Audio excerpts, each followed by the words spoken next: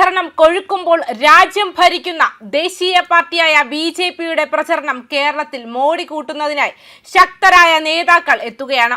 നരേന്ദ്രമോദിയും അമിത്ഷായും ദേശീയ അധ്യക്ഷൻ നിതിൻ നവീനുമാണ് തെരഞ്ഞെടുപ്പ് പ്രചാരണാർത്ഥം കേരളത്തിൽ എത്തുന്നത്. മോദിയും അമിത്ഷായും 2 തവണ എത്തുമ്പോൾ ദേശീയ അധ്യക്ഷൻ നിതിൻ നവീൻ 3 തവണയാണ് കേരളം സന്ദർശിക്കാൻ ഒരുങ്ങുന്നത്. ഇത്തവണ ദക്ഷിണേന്ത്യയിലെ ഏറ്റവും പ്രധാനപ്പെട്ട ഒരു സംസ്ഥാനമായ കേരളം പിടിച്ചേ അടങ്ങൂ എന്നുള്ള ഒരു പ്രതിജ്ഞയിൽ തന്നെയാണ് രാജ്യം ഭരിക്കുന്ന പാർട്ടിയായ ബിജെപി.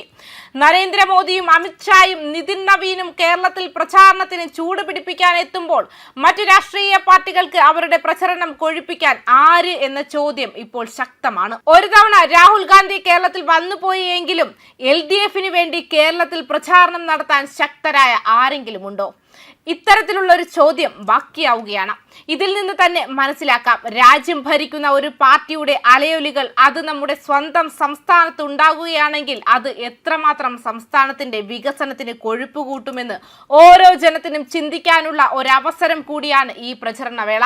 ഓരോ പ്രചരണവേളയും ഇതിനു മുൻപുള്ള തദ്ദേശ തെരഞ്ഞെടുപ്പിലായാലും മറ്റ് തെരഞ്ഞെടുപ്പിലായാലും നരേന്ദ്രമോദിയുടെയും അമിത്ഷായുടെയും മുഖ്യ സാന്നിധ്യം കേരളത്തിൽ ഉണ്ടായിട്ടുണ്ട്. എങ്കിലും അതിന് അനുകൂലമായ ഒരു റിസൾട്ട് കേരളത്തിൽ നിന്ന് ലഭിച്ചിട്ടില്ല.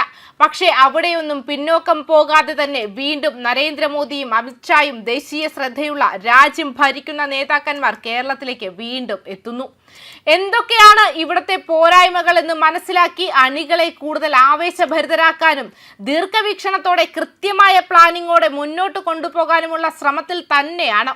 അതുതന്നെയാണ് ഇക്കുറിയും പ്രചാരണ വേളയിൽ നമ്മൾ കാണുന്നത്. പക്ഷേ ഇവിടെ കേരളത്തിലെ ജനത മനസ്സിലാക്കേണ്ട ഒരു കാര്യമുണ്ട്. നിങ്ങൾക്ക് വേണ്ടത് വികസനമാണെങ്കിൽ ഡബിൾ എഞ്ചിൻ കേരളത്തിലെ ഓരോ നിയമസഭാ മണ്ഡലത്തിലും എത്തണം.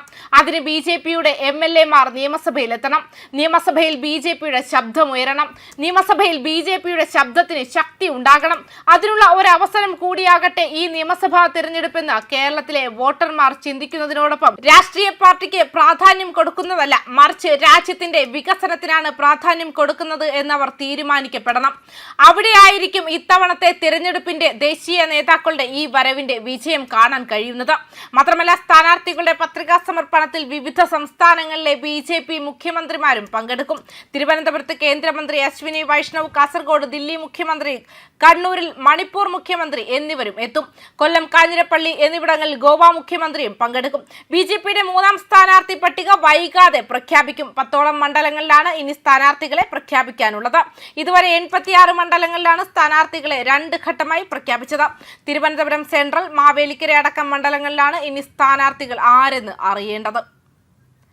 ന്യൂസ് ഡെസ്ക് കർമ്മ ന്യൂസ്.